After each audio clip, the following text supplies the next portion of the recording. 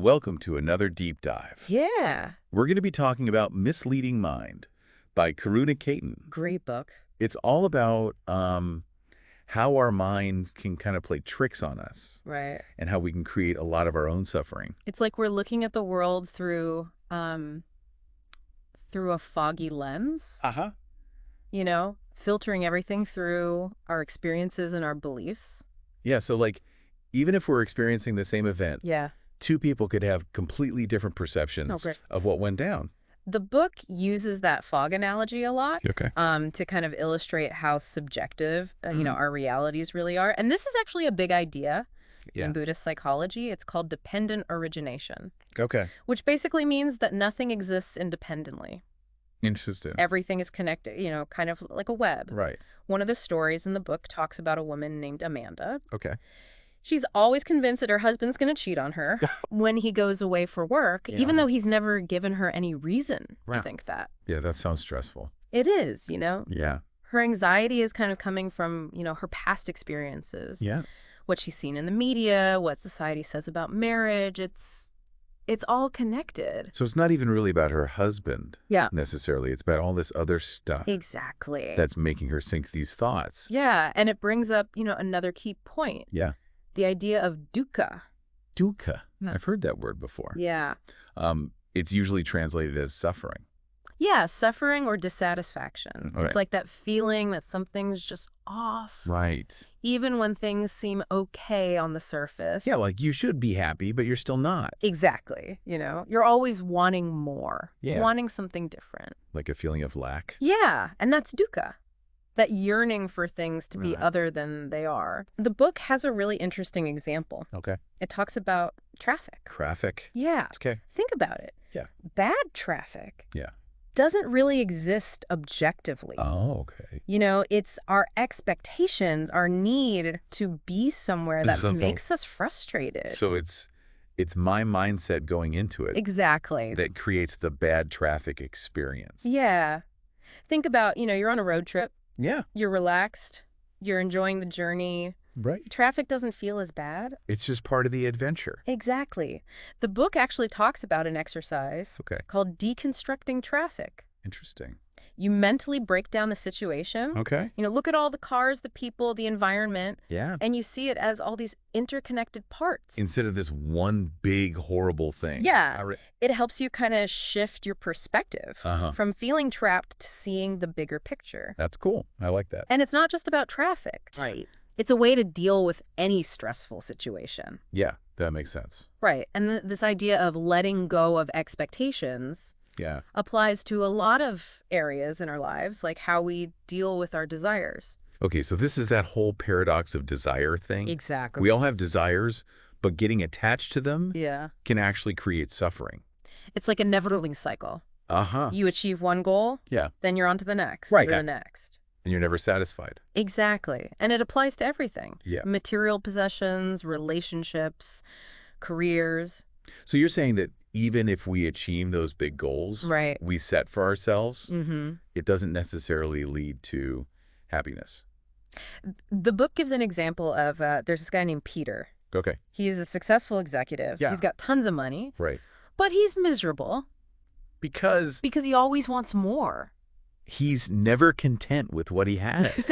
It makes you think. It does. Like, what are we really striving for? Yeah. And what happens when we mistake that desire for love? That's a great question, and that's where things get really interesting. Especially in our relationships. The book makes this really important distinction between real love Yeah. and just clinging and attachment. So what we think is love is sometimes just desire. Exactly. We think we need the other person to complete us. Okay. But when our expectations aren't met, it leads to suffering. That makes sense. There's this other story in the book about Rachel and Stu. Okay. They were so attracted to each other at first. Yeah. But they were totally incompatible. They had different values, different goals. Everything. And that initial spark kind of blinded them to those differences. Exactly. And in the end, their relationship fell apart.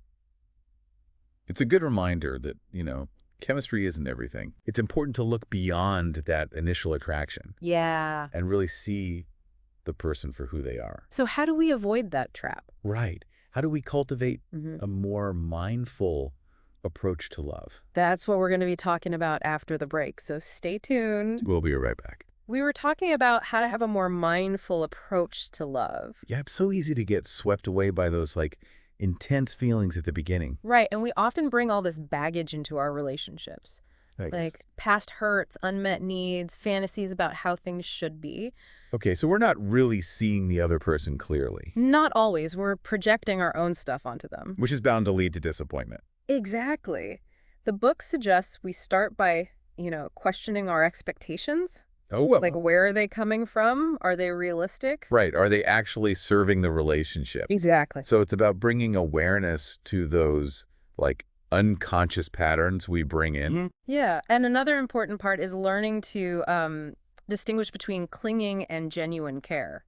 Okay, so what's the difference? I mean, wanting to be close to someone seems natural. It is, but clinging is about needing the other person to fulfill our needs. Like to make us feel complete. Yeah, it's a form of dependence. Whereas genuine care is about wanting the best for them. Right. Even if it means letting go of our own expectations. Well, it's about supporting their growth, even if it takes them in a different direction. That sounds really hard. It can be, but it's also incredibly freeing. It takes the pressure off the relationship. Yeah, when we're content within ourselves, we're less likely to cling.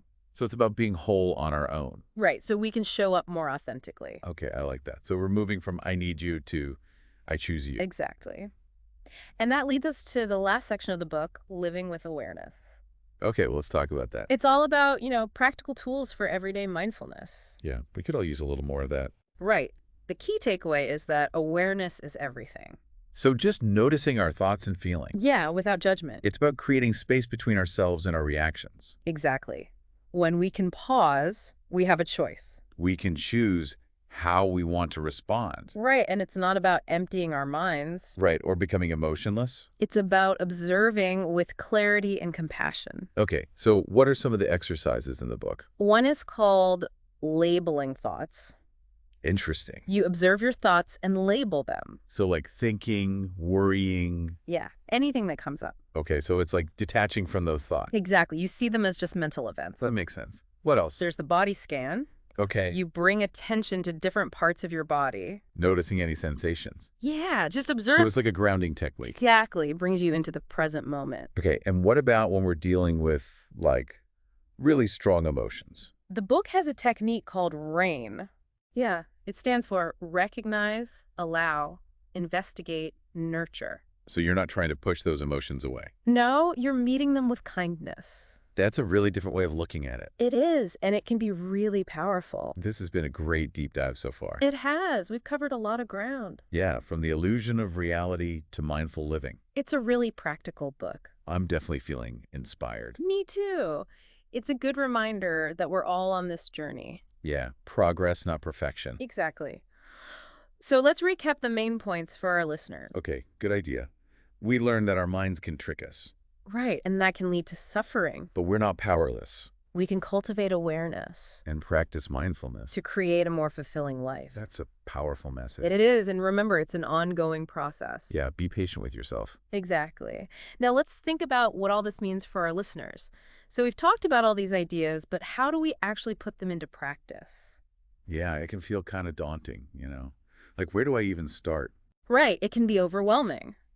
But the book emphasizes that small changes can make a big difference. Okay, so I don't have to completely overhaul my life. Not at all. It's about making conscious choices throughout the day, little by little. It's more about progress, not perfection. Exactly. Pick one area of your life where you want to apply these principles. Like my relationships or my work. Yeah, or how you handle stress, anything that feels important. And then just start paying attention to my thoughts and feelings. Yeah, without judgment. Just notice what's happening. Okay, so awareness is the first step.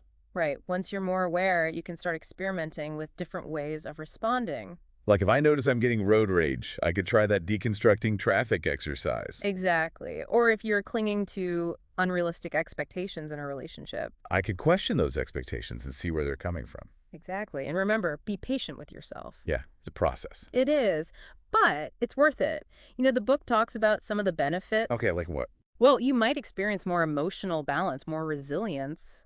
So I won't be as reactive to stress. Yeah, you'll be able to handle challenging situations more skillfully. And my relationships might even improve. It's possible you'll be communicating more effectively, setting healthier boundaries. So it's not just about feeling better internally, it's about how I interact with the world. Exactly. It's about creating a more positive ripple effect. I really like that idea. And, one thing that stuck with me from the book Yeah. was that concept of interconnectedness. Dependent origination. Yeah, it really shifted my perspective. It's a powerful idea. We're not isolated individuals, we're all connected. And when we understand that, It's easier to let go of judgment. yeah, both towards ourselves and others. Right. And that leads to more compassion and empathy. Which is what this book is all about. Exactly. Living with greater awareness, wisdom, and compassion. Not just for ourselves, but for everyone. Beautifully said. Well, before we wrap up, I want to leave our listeners with one final question. Okay, what is it? Now that you've heard all this, what parts of your self-identity might you want to examine more closely? That's a good one. What limiting beliefs might be holding you back? It's a great question for reflection.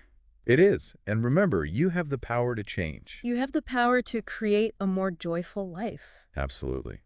Well, this has been an incredible deep dive into Misleading Mind. It really has. Thanks for having me. It's been a pleasure. And to our listeners, keep exploring, keep learning, keep diving deep.